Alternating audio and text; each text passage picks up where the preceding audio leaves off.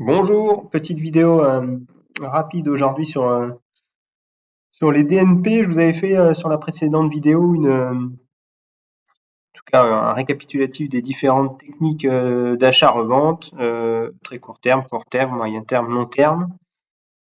Pour ceux qui ont vu la vidéo, aujourd'hui on va faire un focus sur la partie moyen terme avec j'ai préparé une équipe type de DNP pour ceux voilà, qui veulent se lancer effectivement dans les Game Week, dans une équipe qui serait compétitive, euh, mais il faudrait attendre un petit peu. Le but, c'est d'investir aujourd'hui pour pouvoir soit jouer un petit peu plus tard, soit revendre les joueurs un peu plus cher. Ça dépend si vous voulez faire de l'achat-revente ou si vous voulez jouer, mais les deux stratégies sont possibles. Donc, je suis parti sur une équipe de joueurs blessés ou qui ne jouent pas. Donc, on va commencer par le gardien. Donc, le gardien, je suis parti sur Alfred Gomis, qui est le gardien de Rennes, qui est aujourd'hui à la CAN, qui ne joue donc pas parce qu'il n'est pas titulaire dans son pays, le Sénégal. Et donc la CAN, on arrive au bout là, hein. Il doit rester quart, demi-finale. Voilà, il reste 3 matchs et Alfred Gomis revient titulaire à Rennes. On va commencer l'Europa League Conférence dans pas très longtemps. Donc voilà, aujourd'hui, en tout cas moi quand j'ai relevé son prix hier ou avant-hier, il était à 249 euros. Donc avant de partir à la CAN, il était autour de 300 euros juste avant de partir et au plus haut autour de 500 euros. Donc à mon avis, c'est des prix qu'il peut retrouver à l'approche des compétitions européennes. Et voilà, c'est pour moi un bon gardien. Autour de 250 euros, me semble intéressant de l'acheter, hein. C'est moins cher qu'un Anthony Lopez, par exemple, qui est plus vieux, qui joue à Lyon. C'est un peu équivalent, hein. Ensuite, on a un Golovin. Donc au milieu de terrain, Golovin, qui est un coup blessé. Bon, c'est vrai il a enchaîné quelques blessures. Il est actuellement autour de 46-45 euros.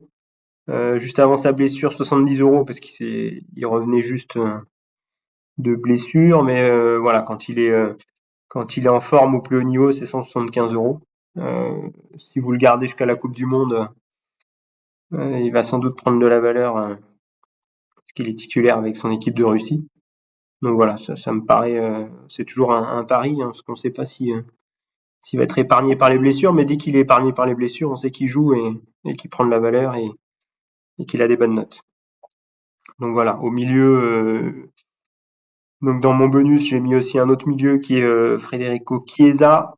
Donc là, c'est du plus long terme, hein, forcément. C'est un joueur qui s'est fait les ligaments, qui sera indisponible forcément jusqu'à la fin de la saison. Donc voilà, il va falloir être plutôt patient. La preuve, il est actuellement autour de 180 euros. D'ailleurs, je me suis trompé effectivement sur Golovin. Actuellement, il est à 46 euros. Et avant sa blessure, il était à 70. Ouais, c'est plutôt ça. Sinon, c'est pas cohérent. Hop, je le change en même temps. Voilà, les aléas du direct.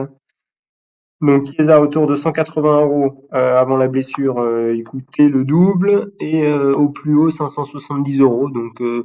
Donc là, la même chose, c'est plutôt un joueur qu'on prendrait pour la Coupe du Monde.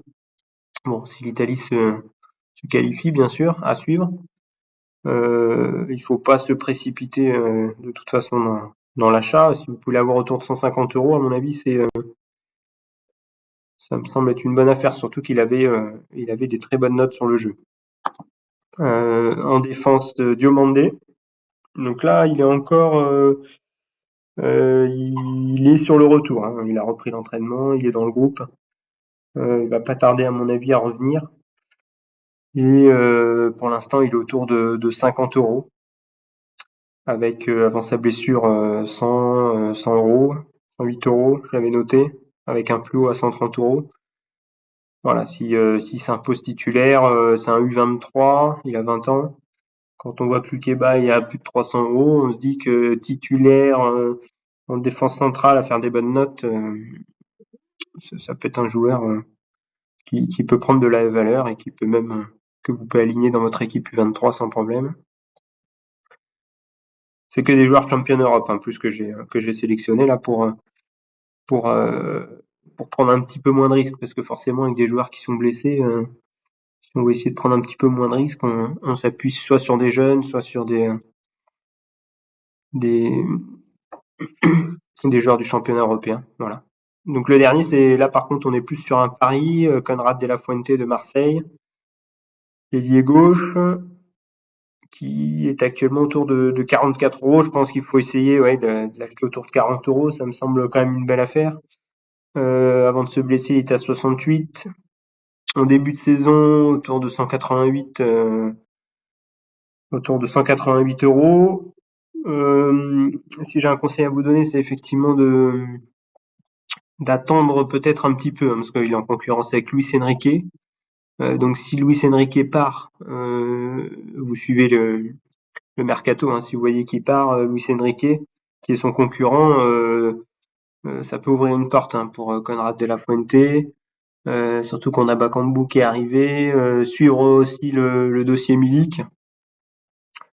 Euh, mais voilà, si c'est vrai qu'il y en a un des attaquants qui part, il aura sa chance. Après, est-ce qu'il va la saisir, ça c'est encore un autre sujet, mais s'il la saisit, ça peut être une belle affaire. Donc voilà, je vous ai présenté une équipe qui actuellement, les joueurs ne jouent pas, la plupart reviennent bientôt, d'ici 15 jours, hormis Federico Chiesa qui est vraiment un pari là, si vous vous souvenez de mon schéma, plutôt sur de l'achat-revente long terme.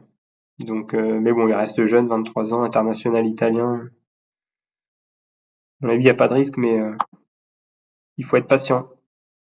Donc voilà pour l'équipe DNP du mois de janvier.